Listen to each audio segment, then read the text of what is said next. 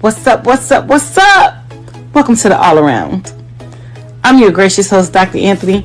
Please tune in on Mondays at 6 p.m. for your entertainment purposes. We will hit current topics, old topics, and everything else in between. Be there or be square. Deuces, my loves.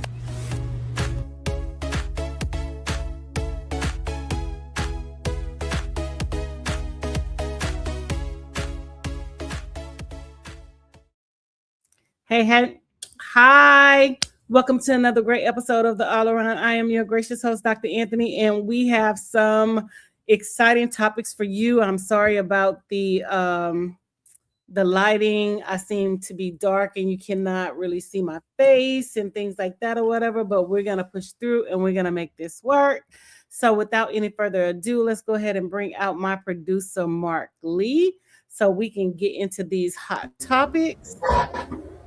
How's it going there, Dr. Anthony? I see that you got a lot of things going on in your life as always, and that's always an amazing thing that you've got all these things happening in your life and you got all kinds of things taking place, and always glad to see your lovely face and all in that space. But yeah, lots going on in the world, and I know that you're on top of these things and everything like that because you are always on top of whatever's taking place, and it's always doing an amazing job of keeping us informed of a lot of things that are taking place in the world that people need to be knowing about and all along those lines. So always glad to see you. Always glad to see what you've got going on and what kind of new and amazing things you have happening in your life and all in that way. So it's always good to see you. You always got some amazing things happening in your life and that you're doing and everything like that. So always good to see you. I did see some good news from BET, and I know we're going to get to some deep issues, but apparently Louis Carr, their president,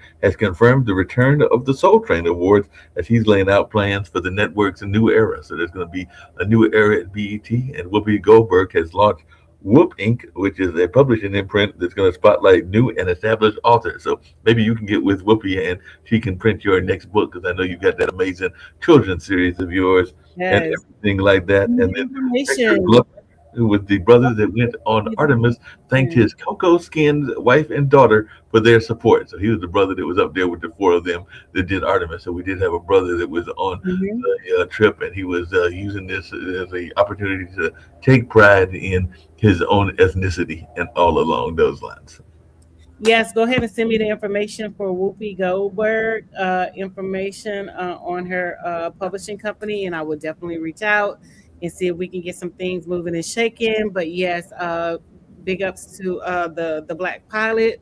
That's a major milestone for us, and I am looking forward to seeing some more amazing things from him and what he's going to bring to NASA and what he's going to expose our kids to and things like that. But without any further ado, let's get into the hot topics, Mark. So everything has been going on lately.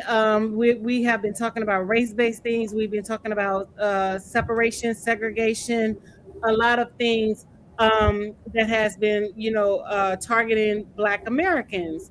And when I say Black Americans, I mean foundational Black Americans.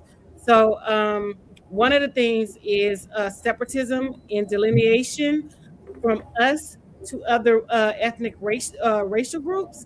And so when we say that we want to separate and we want to delineate ourselves and put ourselves in our own category, there has been a lot of backlash. So I want to know, why there's a lot of backlash when it comes to foundational Black Americans, delineating ourselves from everybody else. But when other Black ethnic groups come over here, they can say, "Oh, I'm not Black.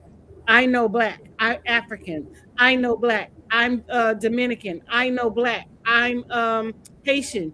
So why is it that they get an opportunity to say that they're not Black and they're whatever they are, but we cannot say that we're Black American and we're not African American? Because what they fail to realize is we did not migrate here from the continent of Africa.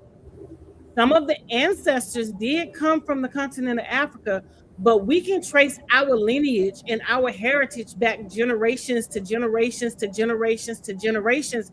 And a lot of those people don't understand that our people are from here. We're not from there. Now, granted, did the transatlantic slave trade happen? Yes, it did. Did we have ancestors from Africa? Yes, we did. But most Black Americans, their ancestors are from here. They're not from Africa. There was Black people already here, foundational Black people already here. There right now. There's a fallout between Native Americans and people who thought that they were Native Americans being pushed off of the reservations and being told that they cannot, they no longer can identify as Native American, and they have to find somewhere else to go, and they would no longer receive money.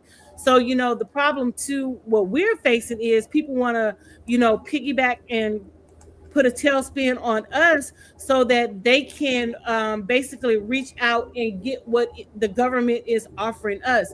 And in terms of what I'm saying, the government is offering us, I'm talking about reparations, because I do believe that we are going to receive reparations at some point in our lifetime. And so everybody else is trying to tag along, saying that we don't need to do DNA tests about foundational Black Americans. No, we need to do DNA tests. We need to separate from everybody else so that they know who we are versus who they are. Because when it comes to them, saying that, oh, I'm Ghanaian, or I'm from this, I'm Liberian, I'm from that, I'm African, they won't know parts of us. But since there's money in the talks and things like that or whatever, now everybody wants to be affiliated and associated with foundational Black Americans. I don't know if there was a UN meeting, and the United States basically rejected what Ghana was proposing in terms of the UN, and recognizing, not necessarily recognizing slavery as one of the main atrocities. The United States did recognize slavery as one of the main atrocities against, humanity, but they did not support what Ghana was bringing forth. And the reason, and a lot of people who I've been seeing, speaking on this, have totally missed the mark. The reason the United States did not recognize what Ghana was bringing forth is for the simple reason is Ghana wants the reparations. Ghana does not want the reparations to go to foundational Black Americans. Ghana wants the reparations to go to the country the country of Ghana in Africa to support their economy and to support Black people over there. Ghana has to understand you were already paid. You were paid with the tobacco, the guns that the settlers over there gave you. There's no, you cannot say in one token that you sold your people into slavery, you were paid for it, but then you want to come back and claim reparations for those same people that you sold into slavery. No, it doesn't work like that. And so I applaud the United States for standing 10 toes down, saying that they would not support what Ghana is, bringing in terms of the resolution, because there was no clear indication of who will receive the money.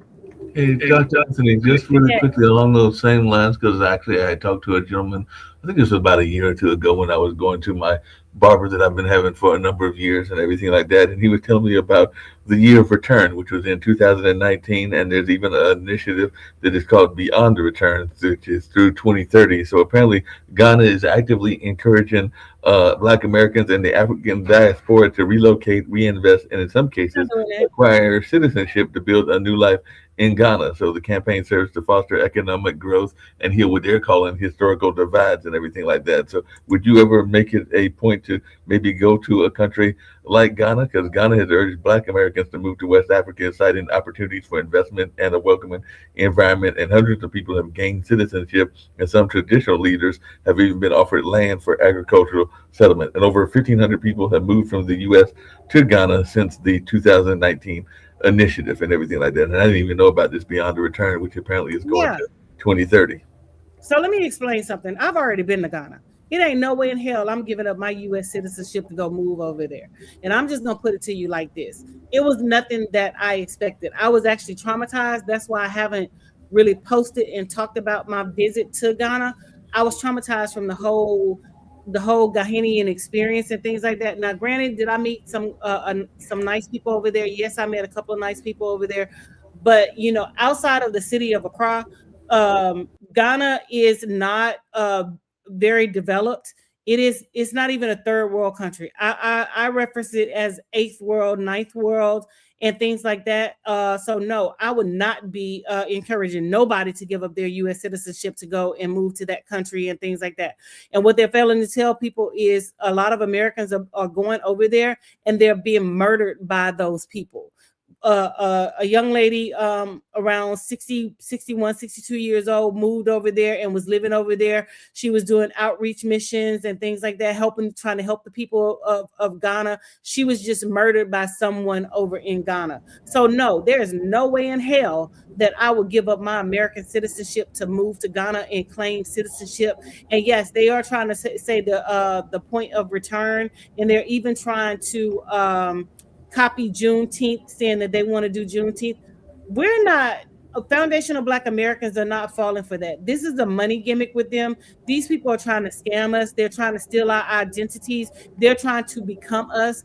They want Africa to become the new, basically, Black Americans, but they don't want us foundational Black Americans. They want them to benefit. And even so, we can take it a step further. I talked about this last week with them trying to take over Essence Fest. Essence Fest has always been grounded and rooted in Black American history, Black culture, and things like that. And for the past 2 years, it has been a shit show because the Africans bought it and the Africans took it over. And this year they're talking about a culture of festivals, a festival of cultures and things like that. They want to have a Jollof rice versus jambalaya rice cook-off. And I basically did an experiment when I went home and I asked, native Louisianians, did they even know what jollof rice was? Nobody even knew what jollof rice was. I didn't even find out what jollof rice was until I became an adult. And that was like recently. And I even tried to eat it over in Ghana, but when I got over there, the food made me sick. I stayed sick, sick, sick, sick over there, and things like that. And bringing up that, another lady that was over there went over to Ghana to basically have a vacation or whatever. She caught malaria, got sick, and died over there. So the family, her daughters, are now trying to do a GoFundMe to raise money to even bring her body back to the United States. So there's a lot of things that they're not telling the American people, especially foundational Black Americans, that is happening over there in Ghana. Those people are targeting us. They're trying to steal our identity. They're trying to steal our credit. They're killing us over there in those places. There was a lady went to Tanzania and was almost kidnapped. She had to fight for her life to not get kidnapped because the person at the hotel and the person that came to get her were working in conjunction together and things like that. So no, there's no way in hell that I would give up my American citizenship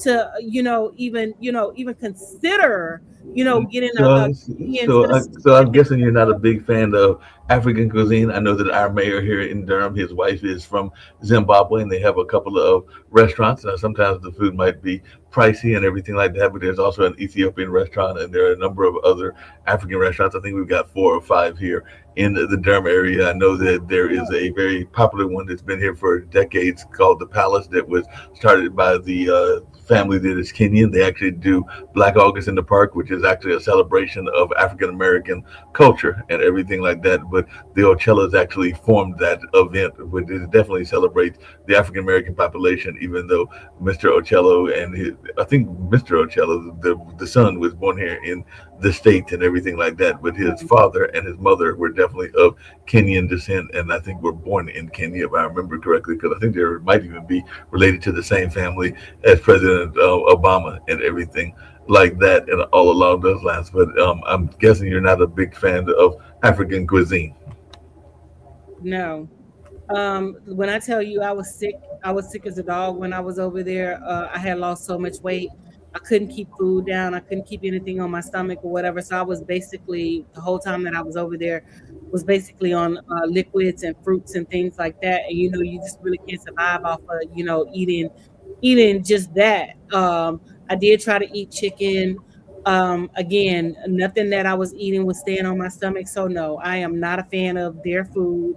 And I'm not a real big fan of, trying different foods when I'm outside of the country. So I always travel with safe foods myself that I know that I can eat, just in case that there's something that I cannot eat when I'm out of the country and things like that. So no, I am not a big fan of their food.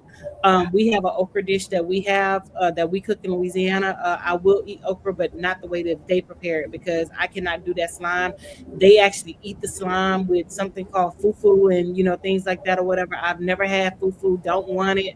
Don't want to try it, and things like that, because I do have food allergies, and Hmm. so I'm not real big on trying foods, different foods, and things like that or whatever. So when I go out the country, I eat safe foods. I eat like rice. I'll eat like soup or broth or things like that. Things that I know that I can eat.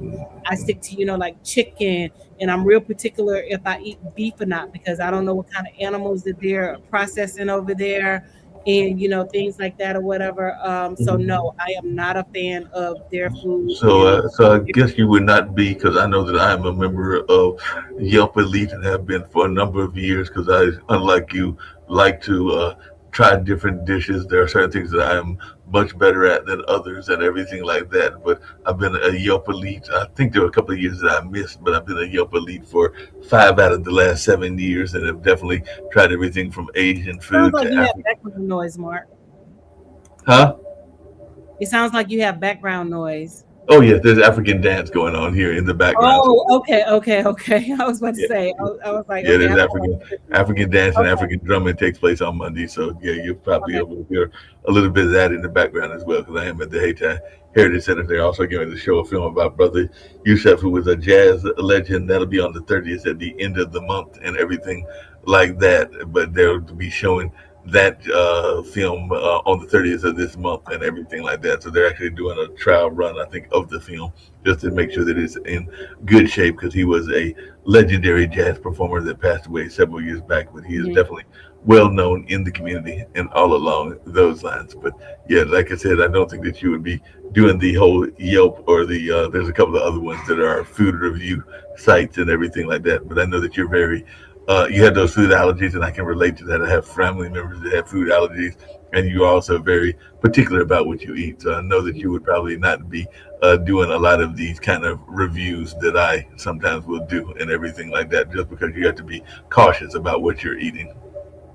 Yeah, I have to be very, very cautious about what I'm eating. So, even when I'm traveling outside the country, that's my one fear is I do not want to be sick, stricken, down sick where I cannot make it back to the United States. Because what I'm not going to do is stay over there. They are going to put me on a plane and they're going to send me back to the States. I will not receive medical care. I will not receive anything. I will go to the U.S. Embassy. I will go to the airport. I will do all those things to get back to the United States.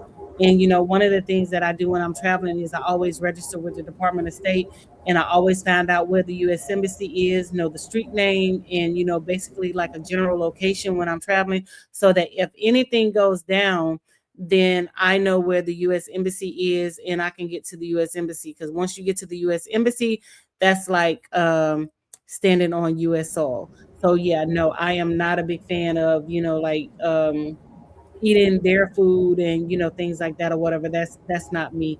But I will say that well, before we get into the second part of this, let's go ahead and roll the videos. Did you get the Yeah, we other? wrote the video from Ann Culture and everything like that. So let's check out this video and what she was saying.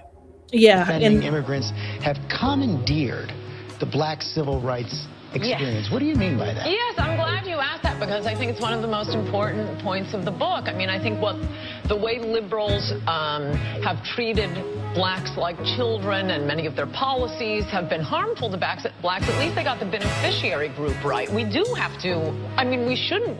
There is the legacy of slavery and Jim Crow laws. We don't owe the homeless. We don't owe feminists. We don't owe women who are desirous of having abortions, but that's or gays who want to get married to one another. That's what civil rights has become for much of the left. They Immigrant dropped rights the are not blacks after civil 5 rights? minutes. Immigrant rights are not civil rights? No, I think civil rights are for blacks. See, this is essentially the problem, and the Republicans Wait, don't can I just say, understand. what have we done to the immigrants? We owe black people something. We have a legacy of slavery. Immigrants haven't even been in this country. But you see, most And she's absolutely correct. We don't owe immigrants anything. We don't owe them anything. And they have been piggybacking off of the backs of foundational Black Americans for civil rights for a long time, and exploiting what we have gone through and what we continue to go through to receive, reparation, to try to receive reparations and things like that, because there was this Democratic politician not long ago saying that we owe reparations for immigrants who were being deported and things like that. So you mean to tell me? I want you to make it make sense, Mark. So these people come over here illegally. They have been receiving American goods, American services, and things like that, such as TANF, SSI benefits, and all those things. And they're being deported back to their countries, but we owe them money because they came over here illegally and things like that. Make it make sense. We shouldn't have to owe them anything. They are over here illegally. And I'm not saying that they can't come over, but do it the right way. Fill out the paperwork. Go through the process that the United States has for immigrants that want to migrate to the U.S. And what a lot of people fail to realize is the difference between naturalized citizenship and naturalized citizenship. When they come over here, they don't understand that their citizenship can be revoked. Black people, foundational Black Americans, are the only ones out of the ethnic groups whose citizenship cannot be revoked and who cannot be deported. And that's what they fail to realize, is because we were brought over here against our will.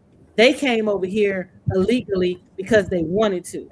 So there's a difference. And they don't understand how the birthright citizenship is going to affect them. And if Trump has his way, with the birthright citizenship, he can go back and say, all the people who were, born over here to an illegal mother, you no longer have citizenship. And see, what they fail to realize is, and I think a lot of the misconstruing of that law is that they're saying that all people who are born on U.S. soil is United States citizens, which that is inaccurate. It goes back to the Dred Scott case and saying that all Black people and the descendants of Black people, the descendants of Black slaves, enslaved people, are automatically American citizenships, not illegal immigrants. And so what people fail to realize is also, if the parent is illegal, the child is illegal. They get no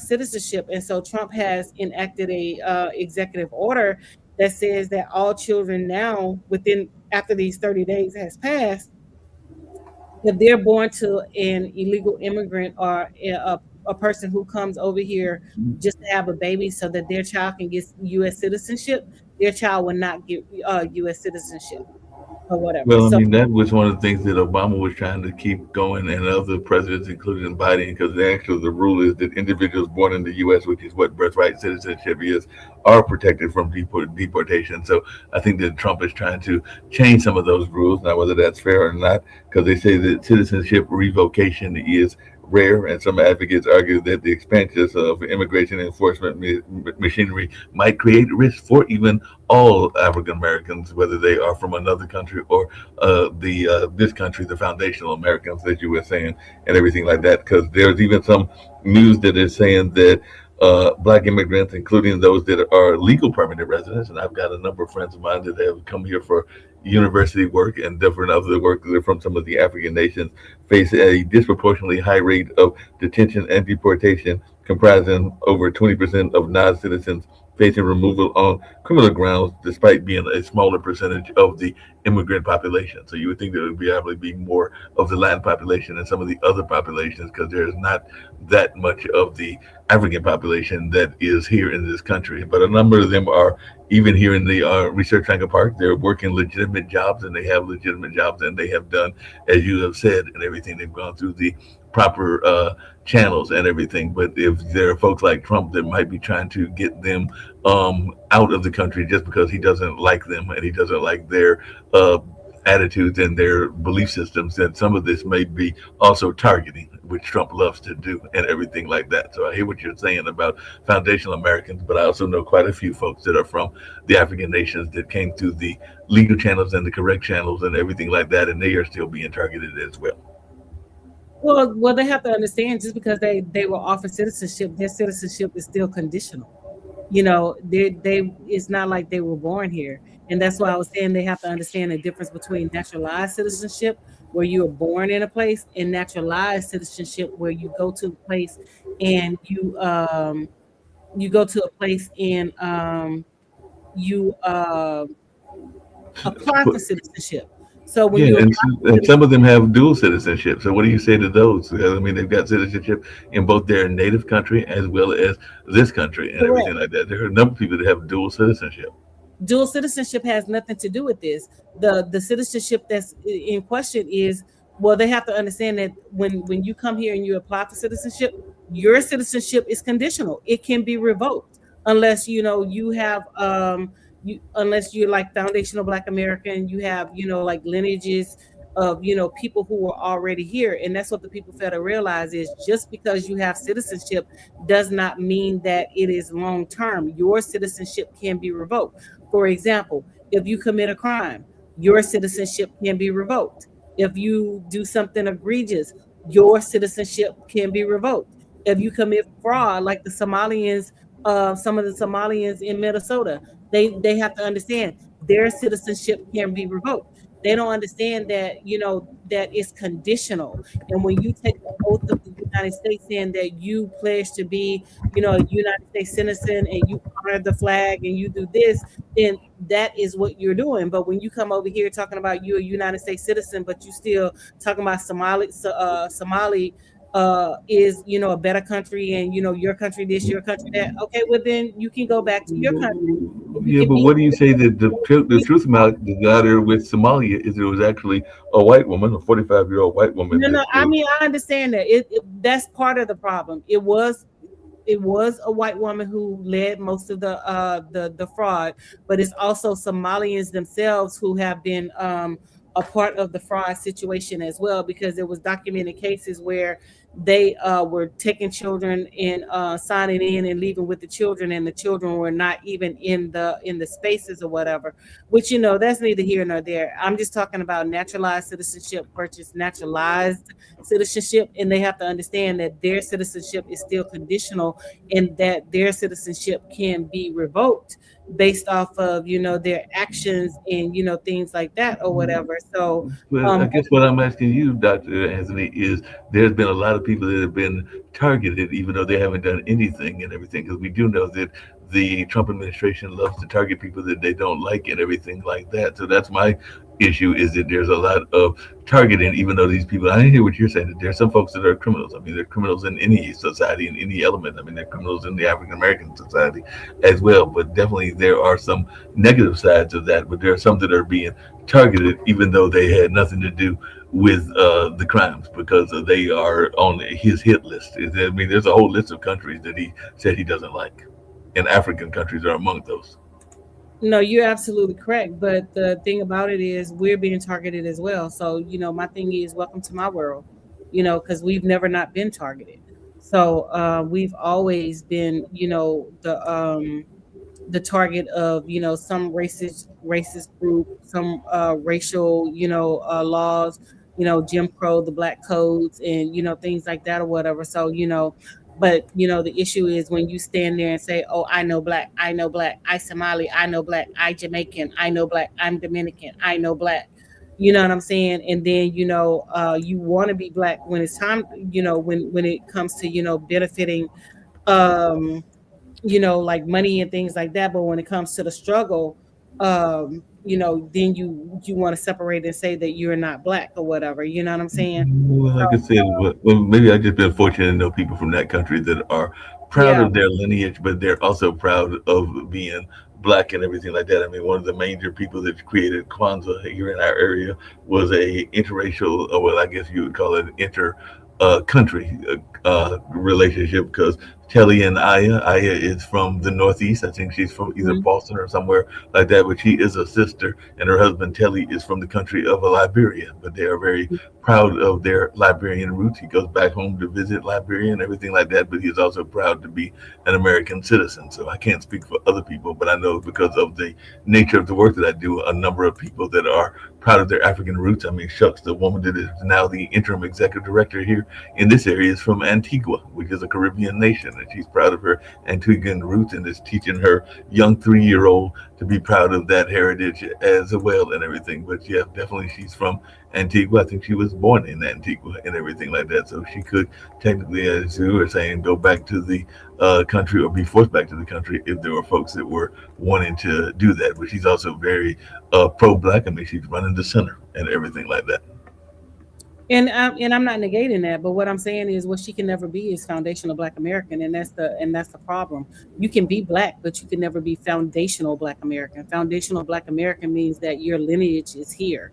You didn't migrate from a different, a different place, and you come here from a different country. But I guess that what I'm having a hard time understanding, and I mean, I understand it, but this has almost come down to the whole argument between assimilationists and accommodationist that went on between Booker T. Washington and W.E.B. Du Bois and everything like that. So you have some people that are very pro-black and proud of their heritage, and there were some that were willing to assimilate, and that part of the conversation I'm sure goes in Africa as well, that some of these African individuals want to assimilate into the country and others are willing to be more accommodationist and everything like that. So like I said, I think that this is an argument that's been going on both in our culture and in other cultures for decades.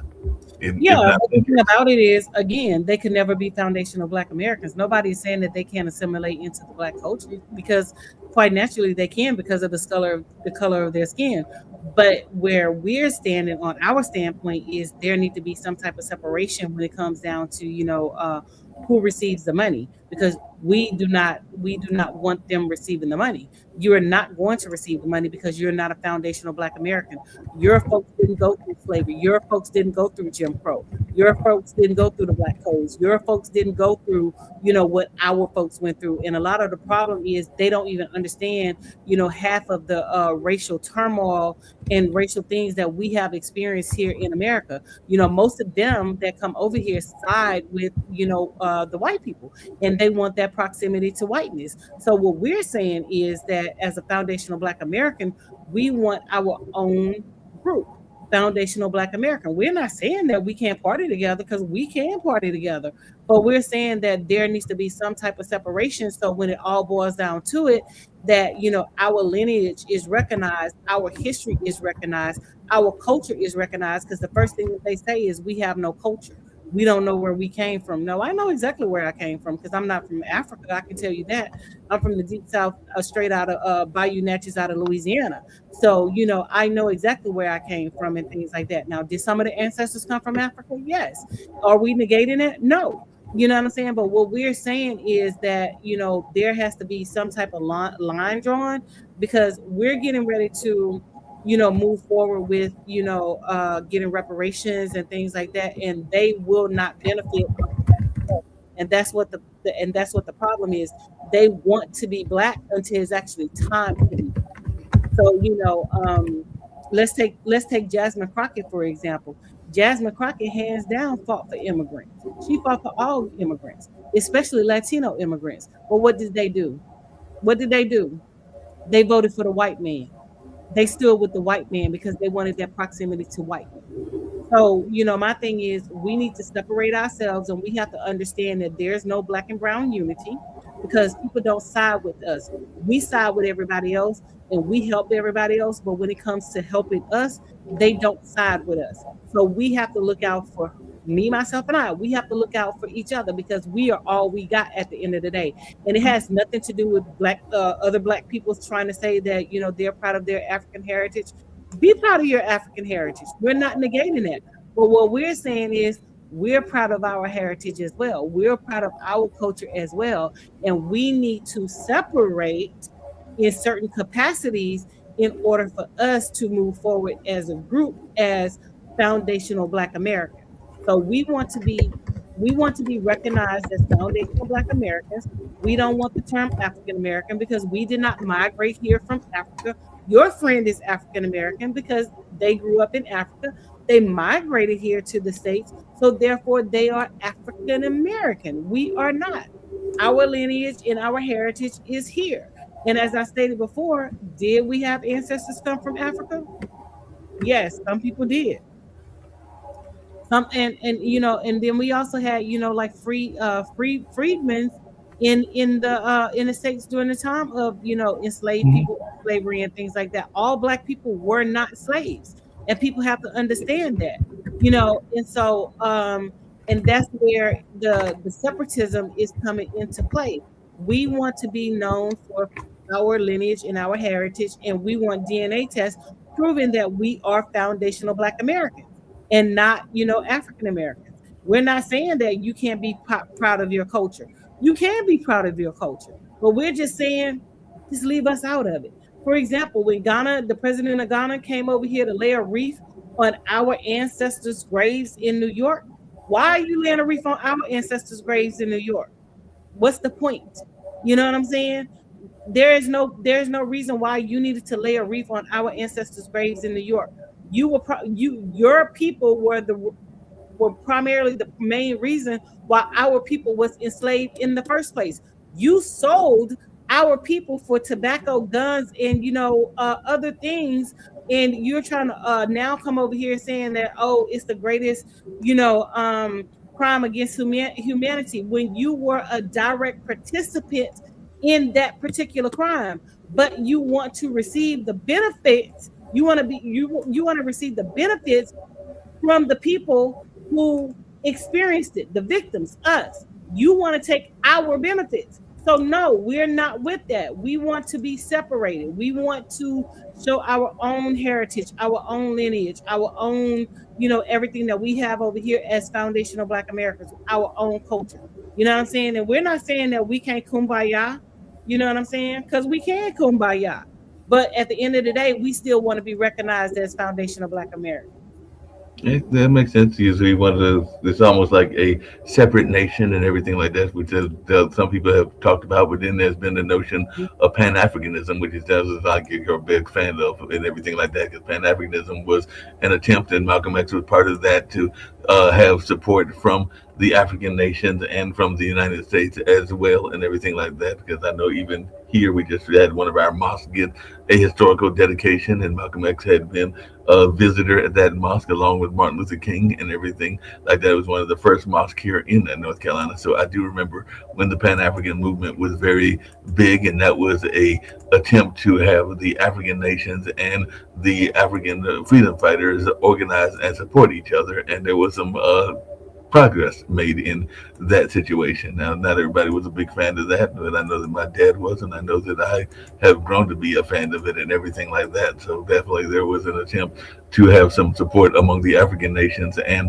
the American nations, and the those that were fighting for civil rights and everything along those lines. So, like I said, there's a whole part of history, because I am the historian here at the Hayti, including that's the reason that the Hayti has part of its name, is because it's named after the freedom that was going on and the freedom liberation that Toussaint Louverture did and everything like that. So that is part of the reason that it is called the Hayti Center and everything like that, because there were some of the folks that were involved in the Black Wall Street that were also proud of what was going on when that particular country was kicking out the colonialists and everything like that. So I think that there can be some agreement and disagreement and everything like that. But yeah, not everybody feels that way that you do and everything like that. I mean, we just had James Clyburn here, and James Clyburn is the just wrote a book recently, and he is the senator from South Carolina. His book is Correct. about the first eight and everything like that, because the first eight was the first eight black senators from Reconstruction. So he's talking about some of their history, including some of their history with some of the founding fathers, because Frederick Douglass gets all the acclaim, but there were some others that he should have gotten just as much, if not more, acclaim that were from his home state of South Carolina. And I think he just recently spoke at one of the action things, speaking of reparations and all along those lines and everything like that. So definitely there's some folks that are trying to figure out, because even one of my relatives is involved in that whole notion of who will get reparations and when they will get reparations and everything like that. But if you study the reparations argument, you'll hear Sandy's name, Sandy Darty, because he's definitely a proponent of us getting reparations and all along those lines. But he is a cousin. I think he's second cousin to my mom, which would make him like my third cousin.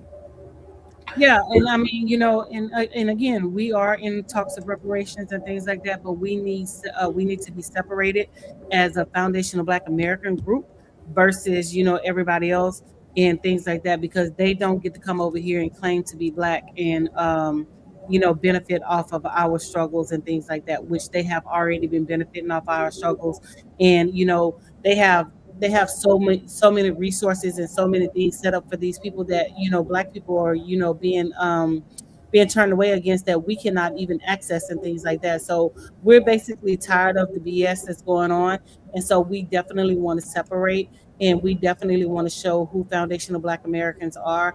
And there has been a lot of traction on I don't know if you've been keeping up with it on social media and things like that or whatever. So it's not a small group of people, it's a large band of people that are wanting to separate and things like that or whatever. But Mark, is the clock on the wall says that's all. So but before we go, can you download that video really quickly for with Dr. Claude Anderson about delineation and separatism and things like that, so we can incorporate that really quickly before we go into this episode? I sent it to you. You sent it to me already? Yes, I've already sent it to you. Okay. And you wanted that in this episode? Yes, please. Okay. Let's see From if I can Dr. Claude Anderson. Dr. Claude, Dr. Anthony.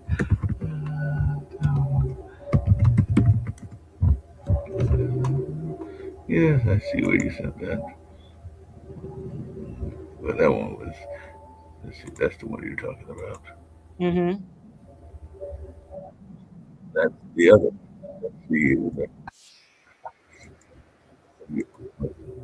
Must have sent it. That's the 651. So let's see if I can find that one.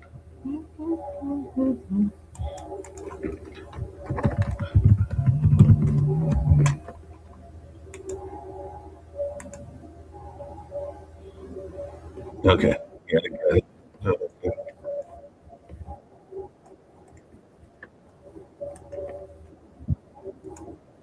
We'll add that into this once we get that one down. So see if I can get that in there as well and everything like that. So let's see if we can get this into this particular episode. So, oh, that's not what I wanted. We'll try to get this in there as well. So hold on one second. Okay.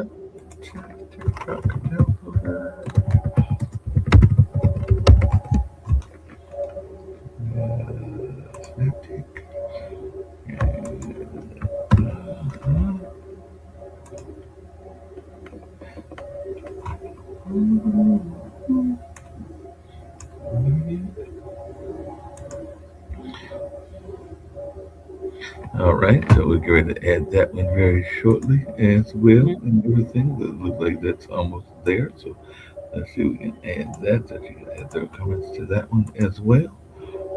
And there we go.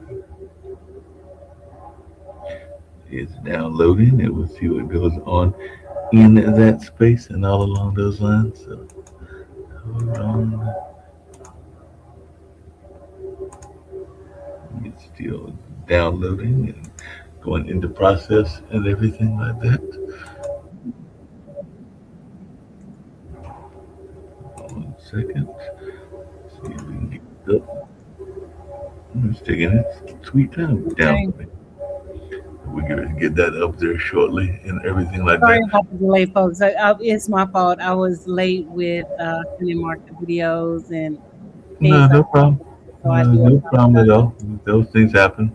We'll make it happen and we'll make it work and everything like that. Sometimes things happen. So that is no problem at all. We'll make it happen and see if we can add it. It's taking its sweet time downloading, but so there it goes.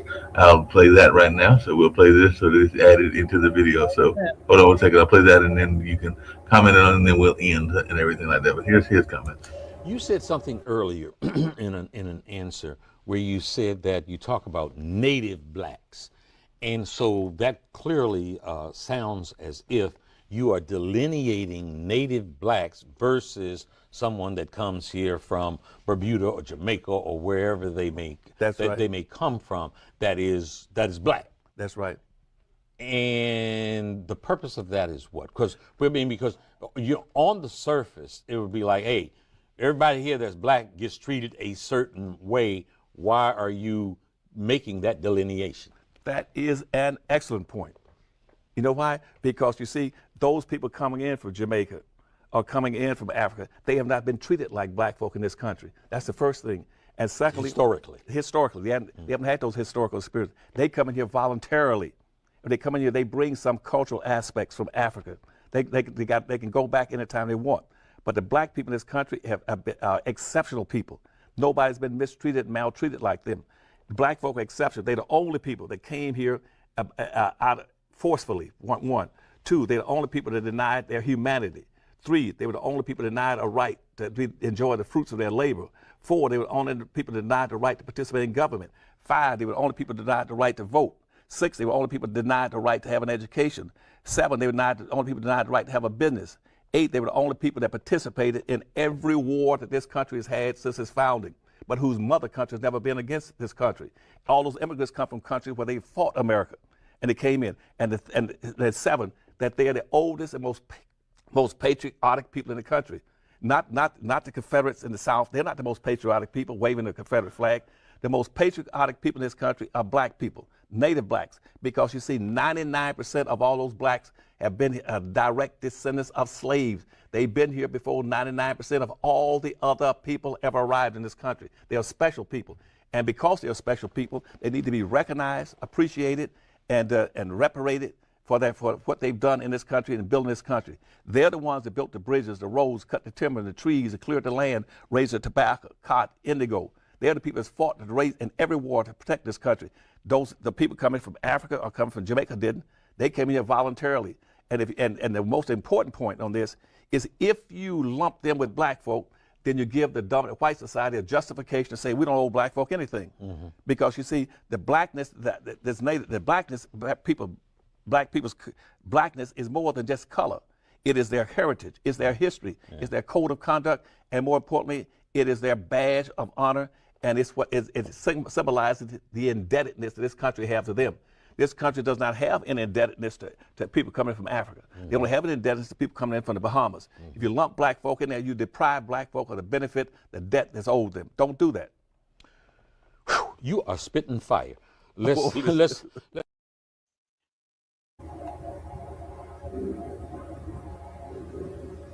I mean, you know, Dr. Claude Anderson explained it best himself. I mean, there's no other way to say it, you know, and again, we have to separate ourselves from the others if we want to receive the benefits from our enslaved ancestors. They cannot, you know, piggyback, and they cannot receive, you know, the fruits from what our ancestors' labor has cost us and cost them. It's just no way possible. He said, I remember the Pan-African movement and everything like that, so it was very popular trying to unify the countries, but it sounds like they're going in the opposite direction now, so we'll see which way the bells glow and which way things sway this time around, because there's always down this whole argument as to whether to incorporate some of the African culture and everything like that. Like I said, Baba Chuck Davis was a big supporter of us understanding the culture, but also understanding our own culture as well before he passed away some 8 years ago, because he was definitely one that helped bring African dance, which you're hearing in the background, to this area and everything like that, even though he was originally, I think, from Raleigh and then spent a lot of time in New York as well. So there's and a lot of the Juneteenth celebration that will be coming up will focus on everything from the Buffalo Soldiers to some of the African input in the but that has culture. nothing to do with Africa. Juneteenth was a holiday that came out of Texas, and it was celebrated because the enslaved people were notified on June 19th that slavery had been abolished. That had nothing to do with Africa, and they're trying to hijack our history. And that's another thing that we have a problem with. Why are you trying to hijack our history? Our history had nothing to do with you directly. And that's what I have an issue with. They're trying to hijack things that we have done over here. It has nothing to do with that. And to be honest, on Pan-Africanism, Marcus Garvey was the one that was really starting, Pan-Africanism, and he wasn't a foundational Black American. He was from Jamaica. So quite naturally, he would have said, let's leave this land and things like that or whatever. So it goes back to, like just knowing who are foundational Black Americans, what our heritage is, what our culture is, and things like that. But those other people are trying to hijack our culture, and that's what we have a problem with. But even Martin Luther King said that he was very much involved in some of the Pan-African movement and some of the movements to get other cultures, and definitely Malcolm X was, and both of them were then the thing, if you want to Martin Luther King, so Marcus might have been one of them, but there were others that were American-based, just like there were some of the people that were involved in the various Black Wall Streets. Martin also stated that he also regret that he walked us into the lion's den, that he also regretted that he pushed for integration of Black Americans. So he also recanted on talking about all that stuff that came before. He said that I can't remember the exact quote, but he regretted bringing us into the lion's den, and the lion's den was into integration, because we were way more successful in segregation. We had way more businesses, owned more, and things like that or whatever. That even comes back to what Claude said that I disagreed with, because we definitely had a lot of ownership, including the fact that there's a quote here talks about that we made our own mattresses, so you didn't have to go to Searles or any of the major mattress companies. We did everything. We were making them in our own neighborhoods and everything like that. We had our own hospital here in Durham. It was Lincoln Hospital, but there were a number of Black hospitals throughout the country, and we had our own projects and our own things that we were creating and everything like that. But even at the local Juneteenth and the local Black Genius celebrations, there are a number of folks that are incorporating some of the things that have to do with African heritage and everything like that. Not like that, but there's a number of those that are here in our area that they are incorporated, and they are seen as being a important part of what is being done in those celebrations. We just did Black Genius about a month and a half ago, because my mom was actually one of those. No, I understand, but Africans have nothing to do with Juneteenth, and that's taken away from the whole point of the holiday. African Americans, they have nothing to do with Juneteenth. If they really look up the meaning of Juneteenth, you will see the meaning of Juneteenth. Enslaved people were informed on June 19th. Based off actually it was Texas. That had nothing to do with Africa. So no, I personally don't like the fact that they're trying to integrate, like African culture. That's what I'm saying, because I know a young lady from Charlotte that's involved in the planning of the Juneteenth there. I know some of the people that are involved in the Juneteenth here. I know that Exotic, and even the gentleman that sells like some African fashions and some African clothes, they will be participating. Shucks Kipo, or his nieces we call him, and everything, will probably be selling his African shirts. Well, he's got some illness, so he may not be doing it this year and everything like that, but he's actually a Muslim American, not even an African or American. I think he identifies more from his Muslim faith, if I remember correctly, because some people identify from their religious faith just as much as they do from their cultural faith as well. So that's another division point, because that's that whole notion of divided and conquer, and that's where some people are wondering if that's what we're heading to, is this whole notion of finding ways that they can continue to divide us. Oh no, we're definitely divided. There's no other way to say it. We're definitely divided, and to be honest with you, we want to be divided, because the thing about it is I'm going to say this and then we can end the show.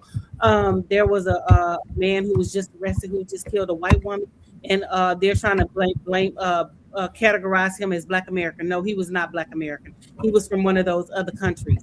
So no, we definitely want to be divided, and we definitely want that separatism and things like that. We definitely want our own category as foundational Black Americans, because we don't want to be tied to them when they commit crimes and when they're doing these egregious things. We don't want that tag up on us as foundational Black Americans. So if I'm hearing you correctly, it sounds like, because one of the things we do another show on this network, that's the K-Pasta Mohair, and sometimes they are very proud of their differentiation in terms of their cultures and everything like that. So Honduran is not necessarily going to be seen the same way as a Mexican, or the same way as a or somebody from Colombia or Brazil, even though Brazil has a lot of African roots as well and everything. So if I'm hearing you correctly and everything, you would like there to be the whatever, how many, I think it's like 50, or the various countries of Africa with a separate country that would be the foundational African Americans and everything like that. So it'd be like 51 black countries, roughly the 50 nations. Honestly, no, we just don't want to be tied with them. We just don't want to be tied with African American. We want to be foundational Black American. That's what I'm saying. That would be a separate category, foundational African Americans, and then Black Americans. and there would be 50 of the African nations. No, they can be African American because they all came from the continent of Africa. But I'm telling you, they don't like that either because they like to don't care differentiate what they themselves like. either because they like Honestly, I don't care Nigerians what and they not like see themselves as the same as South Africans, Yeah, partially and because of the honestly, history. I don't care what they like because it's not about them. It's about us over here as foundational Black Americans, and whatever they categorize themselves as, that's what they categorize themselves as. We could care less. You know what I'm saying? But we want to be known as foundational Black Americans. And they have already delineated against us anyway because they say, no, I'm South African, I'm Nigerian, I'm this, I'm Ghanaian. See, we have a differentiation because that must be a DC thing because I don't see that in North Carolina. Most of the Africans that I see identify and are proud of their African American connection. And it is not a good, but Mark, even with the African American connection, let's just be real about it. The African American term didn't come about until the 80s when I was a little kid, and I read about this when I was a little kid. Jackson was the one that termed the term as African American. And to be real with you, he was when he passed away on his stuff, he was known as a Cherokee Indian. He didn't even identify as African American, but he wanted everybody else to identify as African American. We are not African American, and so we are coming to the point where we want to be categorized as foundational Black American. That's what I'm saying. So it sounds like you wanted to go from, because you're right about the history, because it went from the time that we were Negroes to colored, because I think on my birth certificate it may even still say Negro or colored, to African American, to now you're saying that it could go from African American to foundational Black American. We were miscategorized from the jump because most of us, both of my grandmothers are Native American, Cherokee and Choctaw. You know what I'm saying? I have a lot of Native American roots. I mean, I got cousins that. Yeah, and we were miscategorized from the onset. And so when I remember at the earlier point of this show, and I told you that a lot of the people who were so-called claiming that they were Native Americans are now being told that they can no longer receive the money and they no longer can live on the reservation because they are not Native Americans. So that right there within itself is another reason why we should separate so that we can get our just due benefit. Because again, like Dr. Claus said, if we allow all those other people to come in and say that they're African American or whatever, then that leaves grounds for, oh, we don't need reparations. And most of the people who said that we don't need reparations are not a foundational Black American. And we can take that one to the bank. They're not foundational Black Americans because a foundational Black American has always fought for reparations and things like that or whatever. But the other ones who are coming over here who are politicians will say that, Black people don't need reparations. No, you don't need reparations, but foundational Black people need reparations because, again, they did not go through the struggle that we went through. They're piggybacking off of our struggles and our plight and our trials and tribulations. So therefore, they don't understand when we say the things that we say. When we want to delineate, they don't understand the reason why we want that separatism and things like that or whatever. So, it goes deeper than, what we can talk about in an hour on this show. And we'll have to, pick up on this topic again, later on and things like that or whatever. But, the clock on the wall says that's all, Mark, and I'm tired. All right, no problem. We can wrap it up and everything along those lines because the clock on the wall says it's time to wrap it up. So we'll wrap it up and we'll have another edition. Well, we will air this one on next week, but we'll have another edition maybe next week as well. But we'll definitely have some conversations because I did have something else that I was going to bring up and everything along those lines, but I'll just tell you about it. But it was the whole notion of hair and all along those lines because I did see that one of the actresses, and maybe that's what we can talk about next week and everything like that, that she was complaining that people were trying to tell her how to maintain her own hairstyle and everything like that. So that's one of the stories that I was going to bring up that I didn't get to and all along those lines. So definitely that might be something that we can bring up on a future episodes and all in that space, because it was one of those Hollywood actresses that was basically saying that she was going to do it her way and not have other people tell her how she should be styling her folks' hair and everything like that. So we can bring that up on a future show. We can definitely bring that up on the future show. But like we said, the clock on the wall says that's all. So deuces, my loves. We will see you here on a different day and a different time. So enjoy.